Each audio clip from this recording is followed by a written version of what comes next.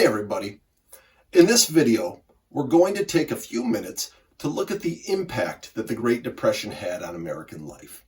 Now, like I said in a previous video, during the 20s, Americans thought that the good times would never end. And the Great Depression came as quite a shock to many people. One of the things we've got to understand is that during this time in American history, the federal government in Washington, D.C. did not play a large role in the daily lives of American citizens. And for the most part, it never really had. Now, during the Progressive Era, we talked about things that were done to limit the power of big business and right some of the wrongs from industrialization. But that was about the most the government had been involved in the daily life. And the conservative swing of the 20s had ended much of that. The role of the federal government in American life was not nearly as extensive or developed as it is today. So when the economy crashed and people were suffering, President Hoover did what just about any economic expert at the time would have advised. Pretty much nothing. This also followed the example and the actions of previous presidents during economic downturns.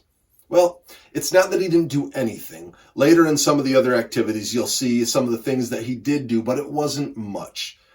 The difference was that this was so much more severe than anything that the nation had ever seen before, and people were suffering like never before. So even though Hoover did what just about any other president before him would have done, the public turned on him. It wasn't necessarily that Hoover didn't care. He did. But his inaction made it come across that way to the American people. So when people lost their homes, which many people did at this time and ended up living in the streets, the shanty towns that began springing up all around the nation were called Hoovervilles. Newspapers were called Hoover blankets. Empty pockets were referred to as Hoover flags. All done in a show of anger and disgust directed at President Hoover. Now, the Depression impacted just about everyone. Even upper middle class professionals like doctors and lawyers, they saw their income drop by as much as 40%. And families that had previously had some economic security now faced pretty significant financial instability for the first time. Soup kitchens and bread lines became a common sight as local organizations and churches would do what they could to help. But there was no direct relief or financial assistance coming from the federal government. Hoover believed in a concept that he termed rugged individualism. It was the idea that people had to be self-reliant and pull themselves up by their bootstraps. While he did encourage local charities to help whenever they could, he believed that direct handouts from the federal government would ruin people's self-esteem and lower their work ethic. He believed that Americans needed to get through this on their own, as they always had, and that the country would be better off for it in the end. But like I said before, this was just so much more severe than anything the country had ever seen before. I mean, at its peak in 1933, the unemployment rate hit 25%. Men wandered from town to town looking for work, often hitching rides on cars of freight trains, but there just wasn't work to be found. Minorities were especially hard hit. According to the Library of Congress records, the unemployment rate for African Americans climbed to over 50% in 1932, and in some local communities, it may have been as high as 75%. Asian Americans continued to face discrimination just as they had with the immigration restrictions that were taking place prior to the Great Depression.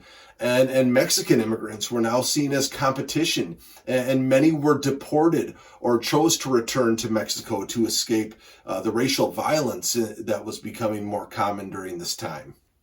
People across the nation were trying to find ways to get by. Many women canned their own food and made their own clothes to try to save money.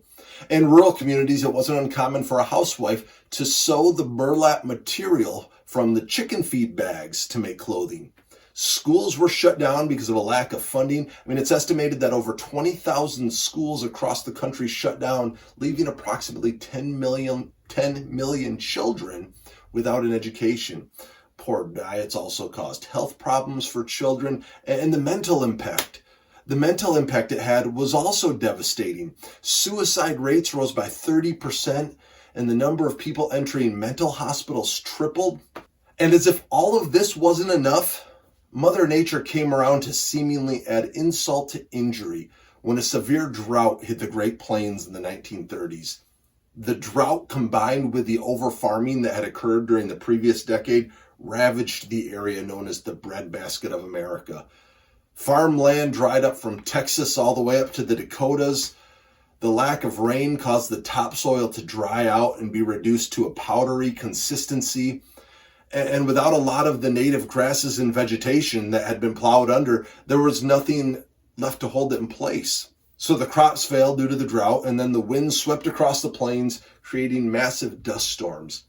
It's said that this topsoil was carried as far away as the East Coast, and that in the winter of 1934 to 1935, red-tinted snow fell in New England. Between 1930 and 1940, approximately 3.5 million people moved out of the Plains states, many of them heading west to California to look for work. In fact, California had a greater surge in population during this time than they had during the 1849 gold rush. It just seemed to be a perfect storm of problems that were hitting the nation.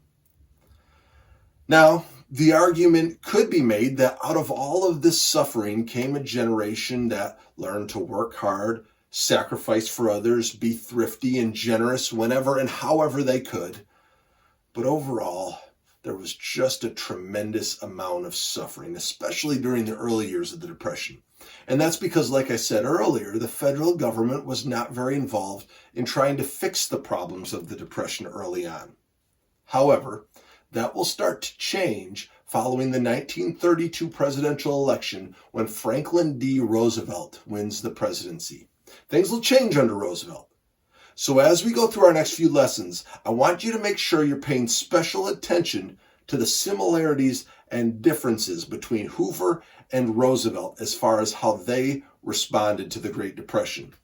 There's just a quick little taste of how the Great Depression impacted Americans across the country, and we'll get more into that in future lessons.